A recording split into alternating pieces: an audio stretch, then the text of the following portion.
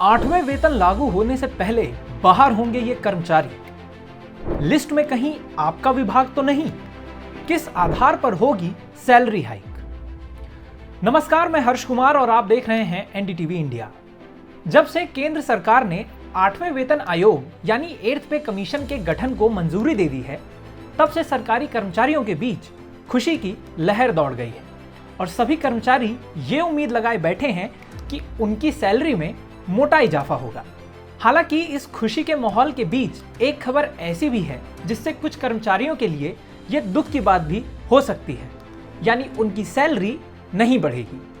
कैसे?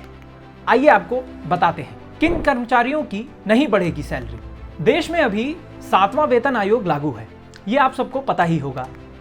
ये वेतन आयोग साल 2014 में गठित हुआ था और इसे साल 2016 में लागू किया गया था।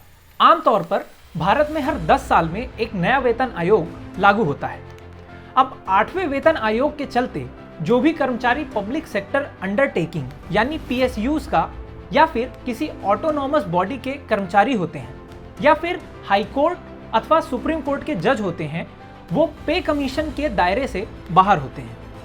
आम भाषा में इन लोगों पर वेतन आयोग लागू नहीं होता है और उनकी सैलरी इस वेतन आयोग के तहत नहीं बढ़ती। इनकी सैलरी और भत्तों के लिए नियम अलग होते हैं। यही वजह है कि 8वां वेतन आयोग इन लोगों पर लागू नहीं होता है। अब एक नजर डालते हैं कि 8वें वेतन आयोग में कैसे बढ़ेगी आपकी सैलरी। 8वें वेतन आयोग में सैलरी हाइक फिटमेंट फैक्टर और भत्तों के आधार पर होगी।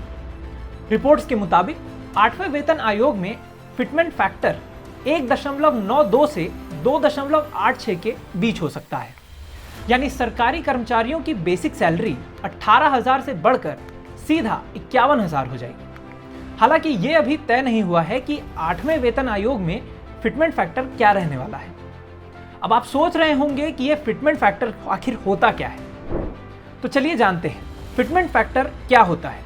फिटमेंट फैक्टर एक मल्टीप्लायर होता है जिसका इस्तेमाल सरकारी कर्मचारियों के वेतन और पेंशन को संशोधित यानी बढ़ाने या उसमें बदलाव करने के लिए किया जाता है।